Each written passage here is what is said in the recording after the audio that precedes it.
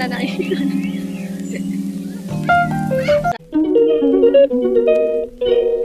Hello everyone, কেমন আছেন সবাই? আশা করছি সবাই ভালো আছেন। আমিও খুব ভালো আছি। দেখেন ইভানকে নিয়ে ইভানের পাপা স্কুলে চলে গেল, টাটা করে দিল। আগে প্রথম স্কুলে যখন যেত তখন ভীষণ কান্নাকাটি করতো, এখন অনেকটা বুঝেছে, সেই জন্য এখন খুব খুশি চলে যায় স্কুলে। আবার আসার সময়ও আসতে চায় না, ও স্কুলেই থাকতে চায়। তো বাচ্চারা হয়তো এমনই করে। আর আজকে একটু বিরক্ত হচ্ছিল, ঘুম থেকে ওঠার পরে একটু খুব কান্নাকাটি করে, তো সেই জন্য একটু দেরি হয়ে গেছে আজকে। একটু না, অনেকটাই, প্রায় 10টার কাছাকাছি হয়ে গেছে। ওর স্কুল হচ্ছে 9:30টায়, তো দেরি হয়ে গেছে। ওকে রেডি করতেই আমার দেরি হয়ে গেছে, তারপর টিফিন বানানো থাকে, এর কারণেই। তো আবার ওর পাপা আবার মানি ব্যাগটা ভুলে গেছে, আমাকে আবার বললো মানি ব্যাগটা নিয়ে এসে দাও। আবার মানি ব্যাগটা নিয়ে এসে দিলাম, তারপরে সমস্ত ঘরের কাজটা করে নিলাম। কারণ জানোই তো, বাচ্চারা থাকলে ঘর দর তো নোংরা হবেই। তারপর আস্তে আস্তে সমস্তটা করে এদিকে শাকটা কেটে নিয়েছি। তো লাল শাক রান্না করব আর মাছের ঝোল করব। আজকে আর বেশি কিছু করব না। এই যে রুই মাছটা ফ্রিজ থেকে বের করে রেখেছি, আর এই যে পেঁয়াজ আর রসুন সম্বার দেবো হচ্ছে লাল শাকে। আমার আবার রসুন সম্বার দেওয়া শাক ভীষণ পছন্দ হয়। আর এর ফাঁকেই ওটসটা বানিয়ে নিয়েছিলাম, কখন খাবো, আরও দেরি হয়ে গেছে, কখন আর খাবো, ভাবলাম দাঁড়িয়ে দাঁড়িয়ে কাজ করতে করতে খেয়ে নিই। আমি এরকমই করি, কারণ সাজিয়ে গুছিয়ে বসে খেতে আমার মনে হয় টাইমটা নষ্ট হয়, সেই জন্য আমি দাঁড়িয়ে দাঁড়িয়ে খাই আর কাজ করি। এর মধ্যেই খেতেই শাকটা বসিয়ে দিলাম, শাকটাও হয়ে গেল। আমি কাজ ফেলে রেখে মানে বসে থাকতে পারি না, মনে হয় যেন কাজ পড়ে রয়েছে, আমি বসে আছি। সেই জন্যই কাজ সব সামলে নিয়ে তারপরে বসে থাকা যায়। আর যে খাওয়াটা তো আমার কাছে আরও বেশি মনে হয় যেন সময় নষ্ট হয়, সেই জন্যই আমি সাজিয়ে গুছিয়ে খাই না। এর কারণেই তো ভাবলাম কাজ করে নিই, কাজের সঙ্গে সঙ্গে খাওয়া যাবে। আজকে রুই মাছ করবো, হচ্ছে পটল আর আলু দিয়ে ঝোল করব। গরমের মধ্যে পটল দিয়ে আলু দিয়ে ঝোল করতে বেশ মানে ভালো লাগে, খেতেও ভালো লাগে। ইভানের পাপা আবার একটু পরে বেরিয়ে যাবে, ওকে স্কুলে দিয়ে তারপরে আবার বেরিয়ে যাবে। ও যাবে আজকে হচ্ছে একটু বাড়িতে একটু দরকার আছে, সেই জন্য ইভানের কিছু জিনিস আছে সেগুলো নিয়ে আসবে, আমারও কিছু জিনিস আছে সেগুলো নিয়ে আসতে হবে, এর জন্যই ও আজকে বাড়িতে যাবে।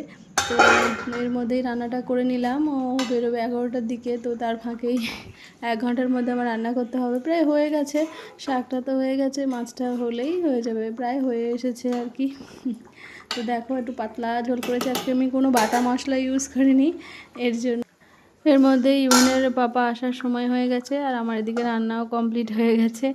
আর কোনো চিন্তা নেই, এবার আমি স্নানটা করে ফেলবো, ব্যাস হয়ে যাবে আমার কাজ। তারপরে ইভান আসবে, ওকে খাওয়াবো, স্নান করাবো, আরও অনেক কাজ আছে। দেন রান্নাটা হয়ে গেছে, ঝামেলা শেষ। তো দেখো ইভানের পাপা চলে এসেছে, ওই যে দেখতে পাচ্ছ।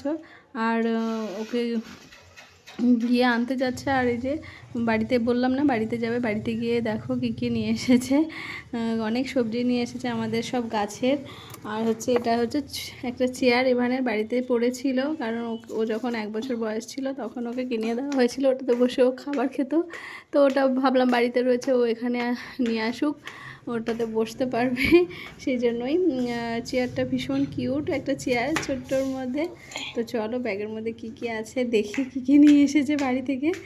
আর একটা ব্যাগ রেখে এসেছে, আর একটা ব্যাগ এই যে নিয়ে আসছে আর কি। আর ইভানের পাপা ঘর পর্যন্ত তুলে দিতে পারেনি, কারণ এদিকে টাইম হয়ে গেছে ইভানকে নিয়ে আসার আর কি। তো সেই জন্য আমাকে না বলেই চলে গেছে, আমি দৌড়ে এসে দেখলাম ব্যাগ দুটো রাখা রয়েছে।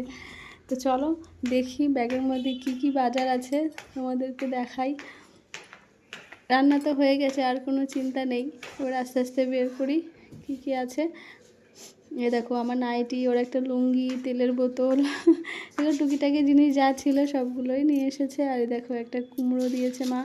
আর এদিকে হচ্ছে দেখি, চলো কালো প্লাস্টিকের মধ্যে কি মনে তো হচ্ছে খুব বড় একটা জিনিস। চলো খুলি, তারপরে তোমরা দেখো।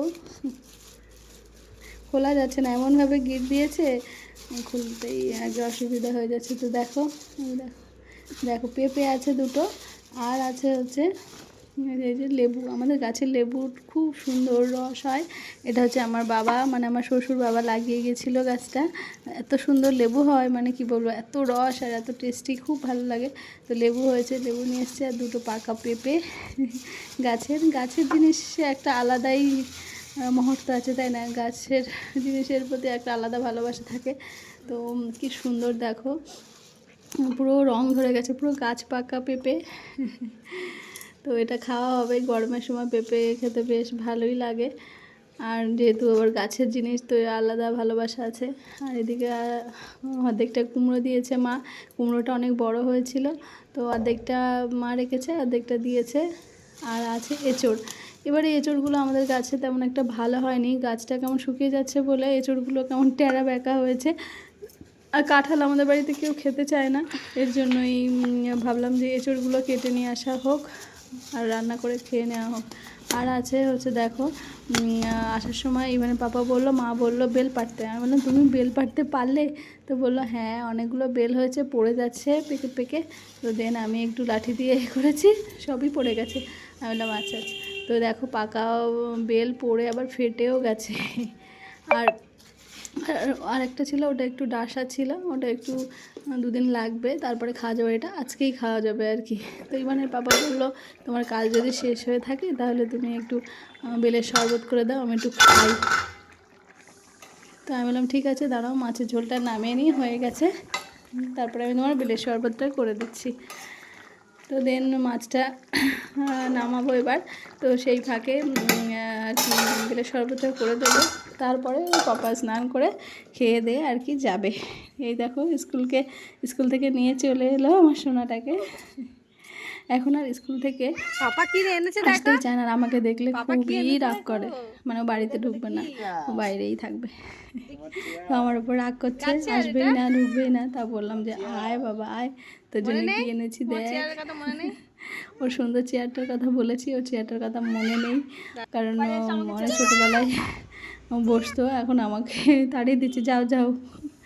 তো ভাবলাম যে তুমি ওকে জামা প্যান্ট খোলাও, আমি ততক্ষণে বেলের শরবতটা করি, না তো তুমি খেয়ে যেতে পারবে না। তো ওইদিকে লেবুটাও কেটেছি, লেবুটার রস খুব সুন্দর। আর গরম জল বসিয়েছি, ও স্নান করবে। এই দেখো মাছের ঝোল আর এই শাক আজকে দুপুরের মেনু। আর এটা হচ্ছে ওপরের আন্টি ডাল দিয়ে লাউ রান্না করেছিল, সেটা দিয়েছে। আর এই যে আমার আর ইভানের বেলের শরবত, আর ইভানের পাপাকে আগে দিয়েছি, খেয়ে নিয়েছে। আর স্নান করে এই যে মাথা আঁচড়াচ্ছে, আয়না রয়েছে ঘরে, তাও বারান্দায় এসে চুলটা আঁচড়াচ্ছে।